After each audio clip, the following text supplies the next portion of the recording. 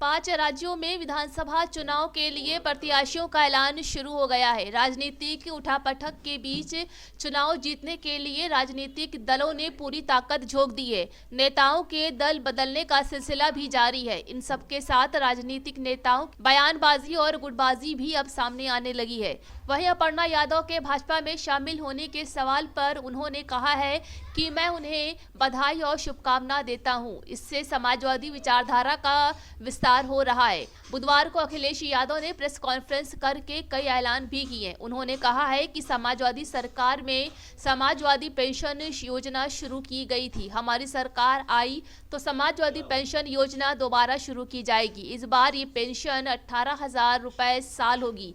पहले ये साल के 6,000 रुपए थी। अखिलेश यादव ने कहा है कि सरकार बनने पर स्नेक चार्मर्स विलेज भी बनाएंगे। समाजवादी पार्टी के राष्ट्रीय अध्यक्ष अखिलेश यादव विधानसभा चुनाव में उतर सकते हैं। इसे लेकर पार्टी के अंदर खाने में सीटों पर विचार शुरू हो गया है। उनके लिए आजमगढ़ जिले की गोपालपुर विधानसभा क्षेत्र और मैनपुरी जिले की एक विधानसभा पर विचार चल रहा है। वहीं पार्टी सूत्रों का कहना है कि इन दोनों सीटों के समीकरण पर मंथन चल रहा है। हालांकि अभी तक चुनाव लड़ने की अधिकृत घोषणा नहीं की गई है। वहीं आजमगढ़ जिले की गोपालपुर सीट पर नफीस अहमद विधायक है। वो अखिलेश यादव के खास माने जाते हैं, जो 4 बार से लगातार ये सीट सपा के हिस्से में भी आती रही है। चुनाव आयोग ने समाजवादी पार्टी को बड़ी राहत दी है। कोविड-19 की गाइडलाइन के खिलाफ जनसभा करने के लिए समाजवादी पार्टी को चुनाव आयोग ने हिदायत देकर छोड़ दिया है।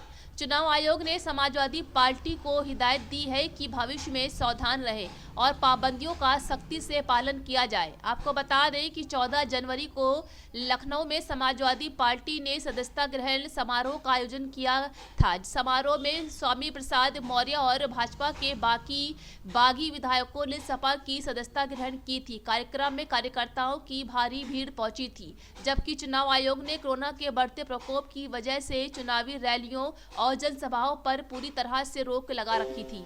सपा संरक्षक मुलायम सिंह यादव की छोटी बहू अपर्णा यादव बुधवार को भाजपा में शामिल हो गई हैं। उन्होंने पार्टी के प्रदेश अध्यक्ष स्वतंत्र देव सिंह व उप मुख्यमंत्री केशव प्रसाद मौर्य की मौजूदगी में भाजपा की सदस्यता ली। इस मौके पर अपर्णा ने कहा है कि वो मुख्यमंत्री योगी व प्रधानमंत्री नरेंद्र मोदी की नीतियों से बेहद प्रभावित रही हैं। आगे पार्टी जो भी जिम्मेदारी तय करेगी वो उसे निभाएंगी। इस मौके पर केशव प्रसाद मौर्य ने अखिलेश पर तंज भी कसा है और कहा है कि अखिलेश अपना परिवार नहीं संभाल पाए।